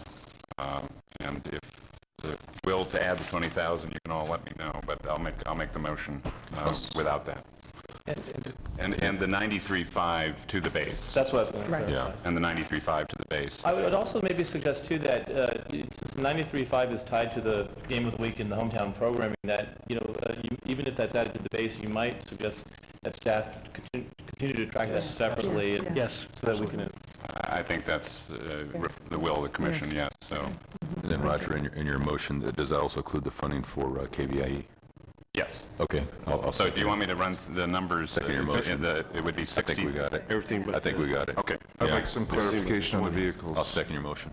On the vehicle? Yeah, So the clarification. vehicles are in. Both In one time. I think we ought to make the vehicle dollar amount subject to actual expenditure. Yes, purchase. So if they can get a good vehicle for 30,000 instead of 35 for the truck replacement, that we reimburse for the actual cost or pay for the actual cost, not just pay an amount. This is an allowance as opposed to a writing a check for the amount. And then, Exactly. if the Comcast deal works out, then wouldn't it be an Right, actual we wouldn't be- expenditure? So Yeah, if they can figure something out, I'd certainly encourage that, or working with the county pool for its excess vehicles. I mean, if there's something that can be worked out. Even if there was modification to a van that still had a lot of good useful life, again, it might be something far less than the 25,000. But on the other hand, maybe a way to do that and accomplish that with a good structural Right. car. Yeah. That's what I'm saying. Yeah. It's more in the nature of an allowance up to that amount rather than we're making a grant of that amount for the two vehicles. I've got that, and the only other clarification is for the COLA across the board to all the channel licensees, would that be the 2.9% suggested by staff? Oh, you've already got that in. Yeah. So That's- actually, that's that's right. So 2.9. that 13 can actually come out, can't it? Mhm. So we're now down to about 260,000. Right. 1,500. I believe I got that. I could try to attempt to go through the chart of what I think is being proposed. Well, I can tell you real quick. It's 60 for Galton Folsom. It's the 93.5 for access into the base. The 35 for the truck. The 25 for the passenger van. The 47 for KVIE. But it's up to those amounts, and again, I think with some understanding here about on the vehicles, that one, the 35 on the truck, but on the other one, if they can work out something else, it doesn't have to be 25. Correct. Right. On the two vehicles, those are up twos. I think the others are estimates of what their actual costs are. And do we track those two separately, or is it just 60,000 for vehicles? Say if one No, I think costs you want to individually? separately. You want to separately to see what the expenditures are for the vehicles. Would there be prior staff approval on those before they're purchased? Well, I think, not from my standpoint. I mean, they've heard our encouragement to look for the best deal they can make that suits their needs and is reasonable. And, if they come back next year and they've spent $35,000 for the truck, and we think they've passed up an opportunity, and they bear that in mind. It's been seconded. Yeah, one comment on this transaction as far as the vehicles concerned with Comcast and Access Sacramento. With the number of miles that I just heard, I like to make that an independent transaction and not be involved with what we're providing. I think at the number of miles, they could use a spare if they want. And if rather than say, if they get the vehicle from Comcast, then we won't have to pay for it. Yeah. Okay? Yeah. Good. Right. That's what I want to be clear. Yeah. Okay. I thought we were all on the same page. Sure. Now we are. I mean, if they spend zero, I understand. yeah, I mean, that's why I said it's in the nature of an allowance. If they spend zero, then we don't pay them anything. If they spend 15, pay 15. No, but what I'm saying is, if they get a good deal on a van, or whatever that vehicle is, and then Comcast come through and say, hey, you need another vehicle, we'll give you one. So be it. I mean, I don't want to discount that. I mean, if with the number of miles that's already on the vehicle, it's hardly worth us trying to nickel and dime the thing. It would be a secondary vehicle. Well, that element into this. Yeah, it does. I mean, they're saying that they need to replace two vehicles. I understand your point.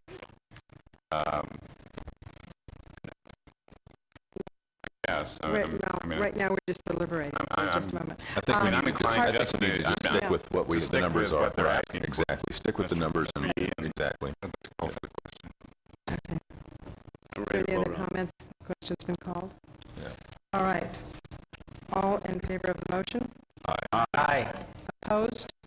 Same. Thank you. Thank you, everyone, for coming downstairs. Unless there's something else, I'll move all the other budget resolutions. Ask whether you're going to move the budget resolutions as a second item from the... Second. Okay.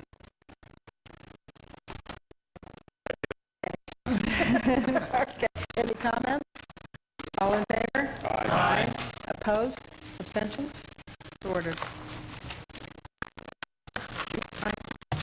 Okay, our next item is item 5, staff status report, consisting of meeting schedule, workers' compensation insurance, audits of Sure West, SDI, and the commission.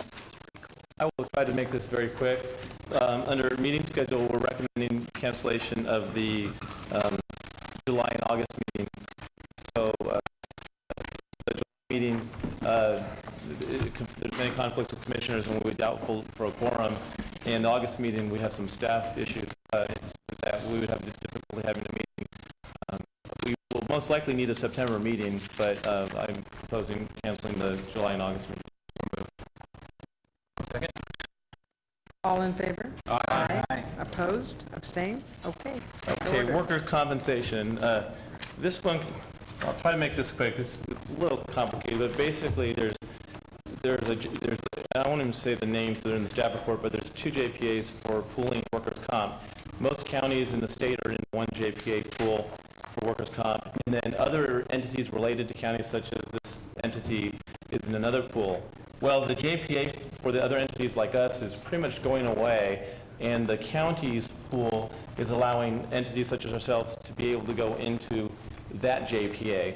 So basically, if without this action today, the workers' comp will expire unless proposed actions are approved today. So in other words, today's proposed actions is approving a joint powers agreement and authorize the chair to execute individual MOU documents to continue the purchase workers to purchase workers' compensation insurance from the entity CSAC EIA. Basically, since the entity that's providing our workers' compensation will no longer exist, strongly recommended that you approve this action. And Paul Height from Risk Management is in the audience if you have any questions in addition to what Questions? No. Need a motion on that? Yeah, so we recommend that you approve staff items 1 and 2. Second. Okay, it's moved and seconded. All in favor? Aye. Opposed? Abstained? Ordered. And the Sure West and STI audits, well, the Sure West audit is completed, and there were no significant findings, so I'm reporting that back to you.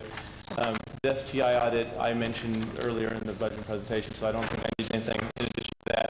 And just to also let you know that a 3-year audit of the commission for the last 3 years is about to begin as well. And I can answer questions if you have on that. Any questions? That's pretty much all I have on staff status. Okay. Good. Thank you. Next item is 6, and we have a chairperson and vice chairperson, your favorite Yes. Yes, okay. New chair and a new vice chair. Mike Leary for chair. Okay. We take them individually? Shall we? Let's take them individually. Been moved and seconded to Mike Leary become chair. He's sitting right next to me, so he doesn't have far to go. All in favor? Aye. Opposed? Abstained? It's ordered. Okay, now, vice chair. You know, we have put some information here that 1 shows the past chairs and vice chairs, and 2, where there's been a rotation that basically is going between county, city of Sacramento, and the smaller cities, and for the past several years, we've stuck to that rotation. So if that rotation was certainly adhered to, then it would be the turn of one of the county supervisors sitting on the commission to be the chair. To be vice, excuse me, to be vice chair. Right. And okay. Well, is there a member of the Board of Supervisors who would like to volunteer? How about Susan Peters? Susan Peters. You got to show up. That's an interesting point because this should be my last meeting, and Susan will be appointed another alternate. Oh, so that, we can't do that. Unless you chose to elect Susan, and that would be a bit of a surprise, I suppose. I wouldn't do that, sir. Okay.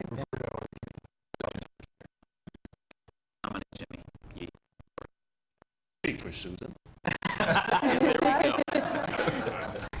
You're smiling. Jim, you served. I'll second your motion. Thank you. It's been moved and seconded and approved by Mr. Yee. Chair of the board next year, so I don't know if you want to. Regional Sands, so maybe. Yeah, I'm chair of the board next year. yes, I was wondering, so I don't know, maybe, I'm okay with Jimmy, but Roberta, are you interested at all? End of the table. I was sitting very You were very quietly quiet. down here. I know, we minding noticed my that. own business. We did notice that. However, Perfect, Robert. I second that, Jim. all right, so Roberta, are you interested? Yes, we, Yeah. sure. Okay. We have a motion in a second that we need to withdraw. Okay, withdrawn. Okay, now we need another motion. Do we have? I'll nominate Roberta McClatchy for vice chair. Okay, it's been moved and seconded to ask Supervisor McClatchy to be vice chair, or to appoint her as vice chair. All in favor? Aye. Opposed? Abstained? Okay. Good, congratulations. And good job, Sandy, you're here.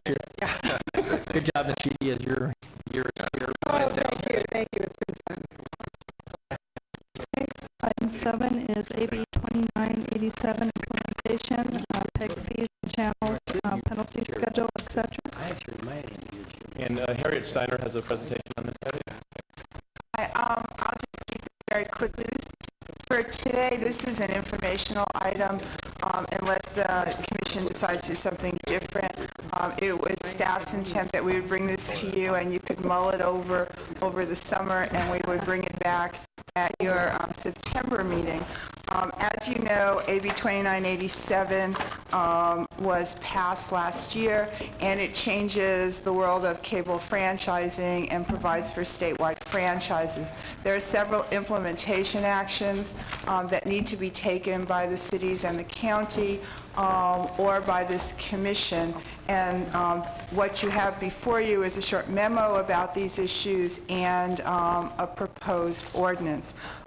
The first item that is in this memo is the question of whether or not we want to ask, the commission wants to ask the member agencies to delegate to the commission the authority to implement AB 2987 through the commission. Historically, every time the legislature has enacted some new or different cable video requirement, the member agencies have acted to delegate that authority to the commission. And by doing that, they've kept all of the customer service regulation and the other kinds of regulation that deal with cable and video television at the commission level. And so the first proposal is for this commission to go and ask the member agencies to provide a general delegation of their authority to implement AB 2987, which would include collecting the franchise fees, dealing with the PEG channels, dealing with customer service, those kinds of issues to the commission, so that your staff here, who does all that for the cable franchisees, would do all of that for the state franchisees as well. And that would be concurrent jurisdiction, so that the member agencies could at any point decide to do it on their own, just by deciding to do it on their own. This would just be the general authorization. Then there's several implementation actions contemplated by AB 2987. One is to confirm that the franchise fee in this jurisdiction is 5%, and your franchise fee is currently 5%, and this proposed ordinance would confirm that there would be a 5% franchise fee for state franchise holders. That would be 5% based on the gross revenues definition in 2987, as opposed to 5% of the gross revenues under the definition in your franchise ordinances. But nonetheless, everyone who's read that act is recommending that there be an affirmation of the franchise fee, so there's no question about it. The second issue is how many PEG channels does a state franchise holder have to provide? And the law provides that they should provide the same number of PEG channels as those that are provided by your incumbent cable operator. In Sacramento, there are 7 PEG channels, and this ordinance would confirm that there are 7 PEG channels and that state franchise holders must provide 7 PEG channels, and they have to be watchable and equivalent to that which is provided by the incumbent cable provider. Excuse me, when you say you'd have to be watchable, that's just assumed. What do you mean by that? I mean, well, that it be of the same quality as that's seen by all the other, all of the other can't channels. Just run a test pattern for 24 hours a day, right? Right, or that the bandwidth is so small that the signal is degraded. Okay. Didn't understand, because I assumed on the face of it that they'd be... Well, I assume that as well, but there has been a lot of discussion about that on a statewide level, so we're not assuming anything at the moment. I'm going to skip over the PEG channel facilities fee issue for a second and go to the last issue and then come back to the facilities fee, because that's the most controversial. The last issue is the AB 2987 adopts new penalties, monetary penalties for breach of customer service requirements and breach of the state franchise, which have to be implemented on the local level. And so this proposed ordinance adopts those penalty schedules, so that if there's a state franchise holder, and if they breach their franchise or breach the customer service regulations, then either the city or the commission would have the ability to, to start a process that could result in a monetary penalty to that state franchise holder. Your incumbent cable operators are already subject to similar penalties. They're not identical, but they're in the same ballpark. And those penalties were adopted by the Video Consumer Protection Act, I think it's called, and they were adopted several years ago, 10 years ago, and were also delegated to your commission to implement at that time. So those are the major changes, except for the facilities. As the commission is aware, back in November, the commission took action to impose a PEG pass-through fee in the amount of 3% of gross revenues. And right now in Sacramento, a PEG pass-through fee was a fee that was originally authorized by federal law, so to speak. And out of the franchise negotiations, cities and counties and commissions negotiated a fee that was passed through to the customer, to the subscriber, to use solely to support equipment and capital support for the channels. And if you go to most jurisdictions around Sacramento, but outside of Sacramento, and you looked at a cable subscriber's bill, you would see a bill with a separate line item in it of, some amount of money. It could range from 5 cents to 70 cents to something, depending on the negotiation in that particular area. And that fee comes back to the franchising agency, so back to that city or county, and it's used for all of the equipment that's needed to run the PEG channels. Sacramento has never done that because the original franchises did not provide for it, and as you know, your franchise goes through 2023, and so there has not been any opportunity to renegotiate that. AB 2987 said if the franchising entity, like the commission, was charging a fee in excess of 1% of gross revenues prior to January 1st, 2007, they could impose that fee and collect that fee against the state franchisees as well. And that would be a fee that would apply to state franchisees. If there was no such fee prior to January 1st, then the public agencies had the ability to impose a fee of 1%, not to exceed 1%. So in November, your commission took action to impose a fee of 3%, but decided not to collect it. And at that point, we went back, and the idea would be that at this time or sometime in the near-term future, we would have the discussion of whether or not the commission wanted to go forward and back to the member agencies to talk about no fee at all, a 1% fee, or implementing the action that you took in November for a fee that's in excess of 1 up to 3% of gross revenues. And that issue has a lot of pros and cons to it, going between both collecting it at all, or collecting 1%, or collecting the 3%. The 3%, of course, is the most controversial. The 1% is what most of the cities and counties are doing because it's, if they don't have a fee in place, because it's authorized by AB 2987. But you don't have to.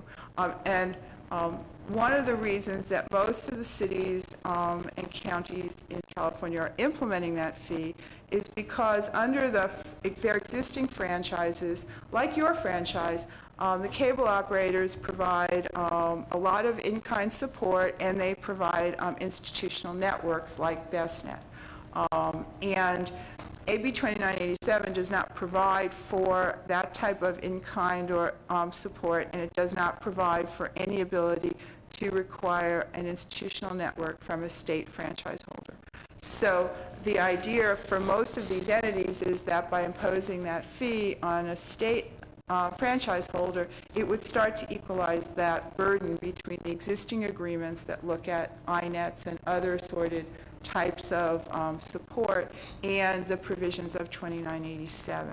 But that is, I think, the biggest policy issue, and Bob may want to add to that discussion. You may just want to think about it over the summer until September, or you may want to give us some direction.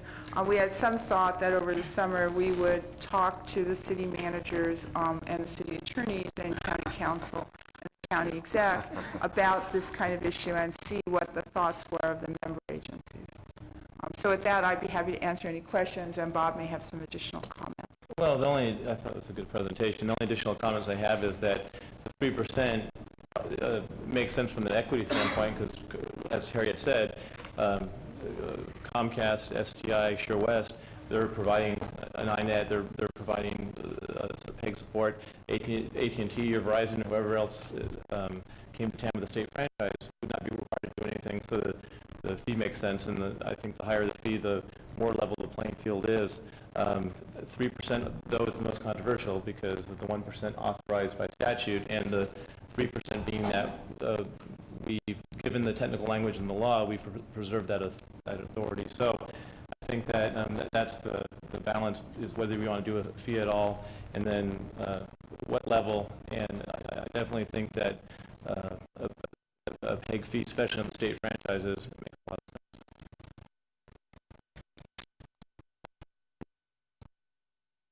One thing is kind of in addition to that, what we're talking along this line, something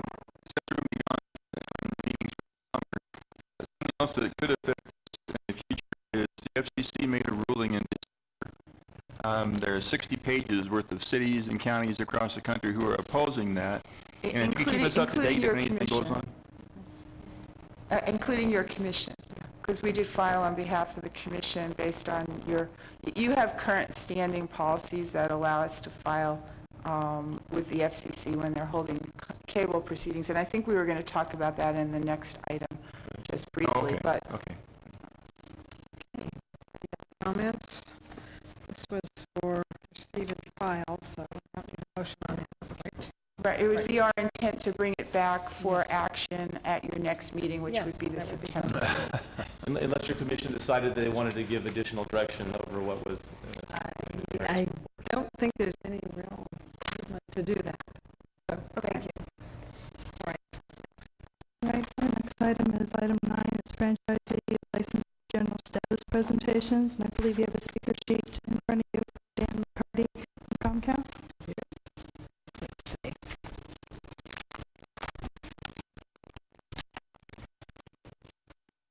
Excuse me, Diane, we had item 8, I think. I'm sorry. Okay. Checked it off prematurely. We do have... I'm sorry, what? I misspoke. Well, I don't mind going to item 9 order. and then back to item 8 if that's easier. Okay, But I'll remember. We're actually on item 8. I 9, if that's your You didn't wanna preference. do 8. You just wanted to get out of No, here. we were going to go back to it when you came to 9. Thank you, sorry. All right, got it. We're going to 9. Dan? Dan? Okay. Sorry for the confusion. Okay, Diane. Madam Chairman and honorable members of the commission, thanks for allowing me some time. I'll try to be a little bit brief, but it's been a while since I've been in front of the commission, and I just wanted to give you an update on some things. The most exciting thing is that we've just recently launched our residential telephone service throughout the region. The initial results are very strong consumer demand. In fact, our trucks are going crazy trying to install the service. I'm sure you've heard of our marketing campaign with the Triple Play, where customers can get all 3 services for $99. They can keep their same telephone number. They can use their same telephone set they use in the home. And the package is really robust. They receive a digital quality phone service with unlimited local and long-distance calling, and 12 popular phone features that I won't really go through in detail, but there are such things as call waiting and caller ID. Plus, they can check their voicemail online, which is kind of a nice thing. We also have enhanced 911 service, which is very important. The 911 calls are routed to public safety answering points along with automatic caller location, identifying the caller's location. So the 911 service is very good. We guarantee the customers will be satisfied, and if they're not satisfied for any reason, they can receive a refund on the first 30 days.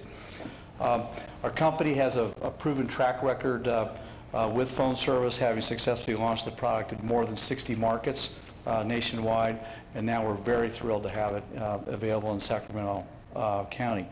We have not launched in Elk Grove as of yet. We're still waiting for some clearances from the local phone provider there, but I anticipate that to be cleared up very quickly, and I anticipate service to be provided to the Elk Grove community either in July or early August, so just around the corner for the Elk Grove community. You can start with my house. Okay, thanks, Mike.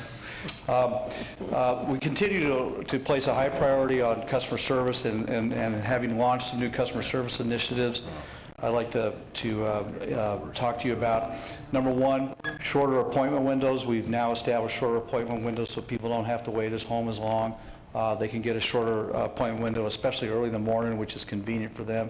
They can get the installation or the service call completed and then go off on their day.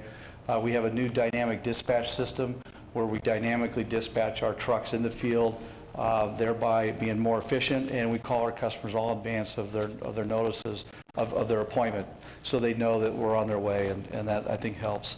We have an enhanced interactive voice recognition system at 1-800-COMCAST, and we're moving more and more into a e-care strategy where they can go online and pay their bill and get information on their account. And for some people, they'd rather do it that way anyway, so that's a good thing. As a result, we've received some overwhelming positive feedback on the part of our customer service. We proactively measure customer service daily and monthly. 91% of our customers surveyed said that our technician was able to fix their problem and complete the installation. 96% of the customers surveyed said the technicians follow through on commitments. So congratulations to our team for doing a good job. Also, since the last time I talked to you, and I think some of you have been to our new facility, we have moved into the new facility in Natomas, our $12 million technical operations center. The building is 64,000 square feet and replaced the Pell facility that was quite antiquated. But the best part about that is that because we were able to move there, that we now have added more than 229 new jobs, okay, to the Sacramento market since August of last year through the end of this year. So we're exploding with hiring people and providing great jobs for people. It's really fun to see the new folks come in and work for us. And just finally, a few words about what you're reading about with the FCC and all digital. The entire industry is preparing for the February 2009 date when the TV stations will broadcast solely by means of digital television, and then they'll turn off their analog broadcast system. Locally, we're preparing for that as well by launching what we call a digital simulcast of our analog channels, whereby we take the analog channels and we, for those who have a digital box, will be able to get all of those channels in digital. We're doing that right now. We're gradually transitioning customers channel by channel into what we call our all-digital simulcast, and it gives them sharper, clearer pictures of enhanced audio. And the nice thing about it is that we can do it behind the scenes. They don't have to be home. We don't have to disrupt their service, and that's a good thing. Is that the last page? That's it. I'm done. Okay. Oh, all right. Okay. Good. So thanks for I let you go allowing me this time. long because of the offer for the truck. Okay, all right. Well, just wanted to, let you know that there are some things happening, There are a and I lot of good appreciate the things time. happening, yes. Okay? Thank you. And Okay. now Item number 8. back to 8. Thank you for your patience. Legislative update and state franchising. Okay, good afternoon, and I'll make this very short. Since our February meeting where we had a pretty significant legislative update, not too much has happened. Certainly, Commissioner McGarvey brought up an issue I'll address in a second. As you remember, the PUC adopted its implementation order, and so now state franchising is implemented. And the one thing that they did that wasn't clear in AB 2987 is they've trumped local entities' abilities to enter into franchise agreements after January of 2008. So that's one thing that went away. What they didn't take away, and they made it clear that was still being left for local entities, is customer service, paid coordination and support. collecting and auditing franchise fees, and managing local right-of-ways. So that's just a brief recap of what we discussed last time. Just since last time, many of you probably know AT&T did apply for a state franchise that includes the local jurisdictions, and that franchise was awarded. So AT&T currently has a state franchise that covers our territory. Now, according to AB 2987, they're supposed to notify the local entities, which would be the commission and the local member agencies, when they plan on providing service, and we have not received such notification yet, so I can't update you on when that could be happening. What I could tell you, and this information may not be complete, but I know that AT&T is building in the city of Folsom significantly. Harriet and I just met with Folsom staff last week, and there's a lot of activity going on there. I met with City of Sacramento staff, and it sounds like there's a lot of build-out going in the City of Sacramento right now. And I understand that the City of Sacramento is updating their encroachment permit process as well to address not just that, but a myriad of other issues. I also have another job on county staff, and I did talk to the people in the county, and they said that there's been a lot of encroachment permit activity with AT&T, but they couldn't tell me whether it was for their phone service or Project Lightspeed or something else. But it sounds like they may be gearing up in the county too. And I don't have any information for other member agencies, but that just kind of shows you that things are happening, and AT&T is planning on providing services as a state franchise holder in our areas. And stay tuned, and we'll see what comes beyond this. The only other thing I wanted to cover was what Commissioner McGarvey mentioned. The FCC did adopt rules last year, or maybe the beginning of this year. I don't remember the exact date, but we talked about it in our last update. And at that time, we said that they weren't going to affect SMCTC that much because, one, we had a expedited process in place, and what the FCC really demanded was expedited processing of franchises. And then two, it was felt that that did not trump state franchising. So in other words, for states that had state franchising, that that FCC order was not going to be much of an issue. Well, now the FCC has new rulemaking proposed that does a little bit more that may be of some concern. One thing is that they're proposing is that the same rules that applied in the first order would now apply to incumbent cable operators, and also whether the commission should preempt state and local customer service standards. So. And beyond this, one of the things that Diane and I went to a SCANATOA conference that was discussed was whether this proposed FCC rules would somehow affect the ability to charge anything above the 5% franchise fee. So it's hard to say what's going to happen with FCC. One thing I can tell you is that if it does go forward, I've already heard that there's going to be significant litigation from NATOA, other local agencies, and so I would, and maybe Harriet could chime in on the legal aspects of that. It is my understanding that the original order is also being challenged, by a consortium of public agencies.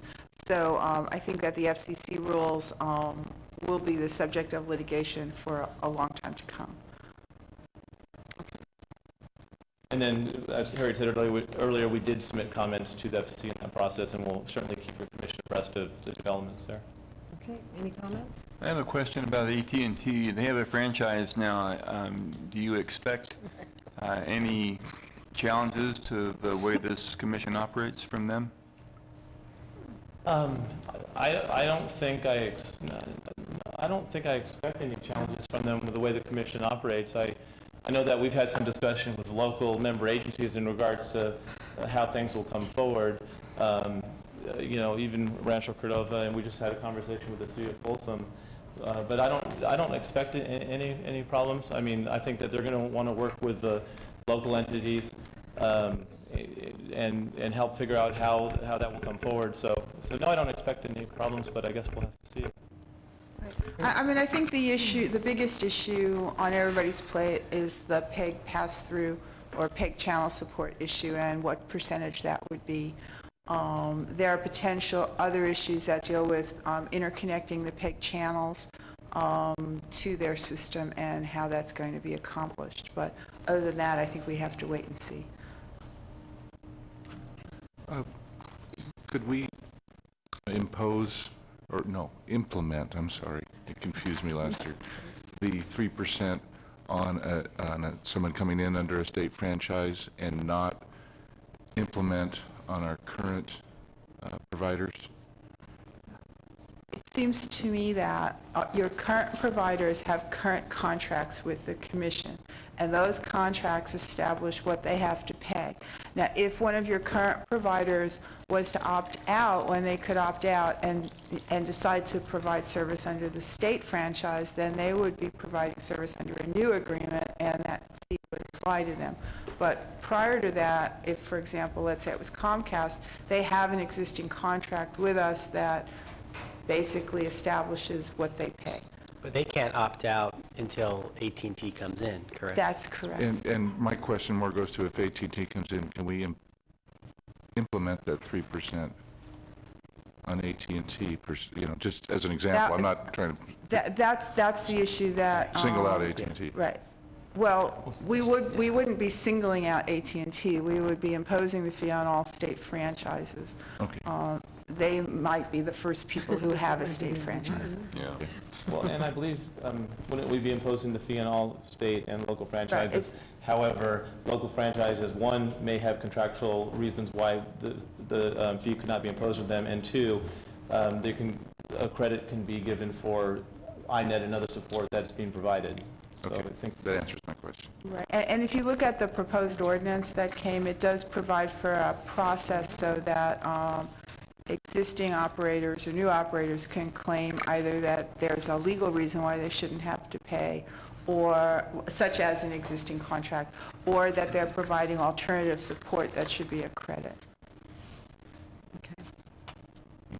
Could someone still come negotiate a local, or no? No, but we can renew existing agreements with your licensees up through the end of this year.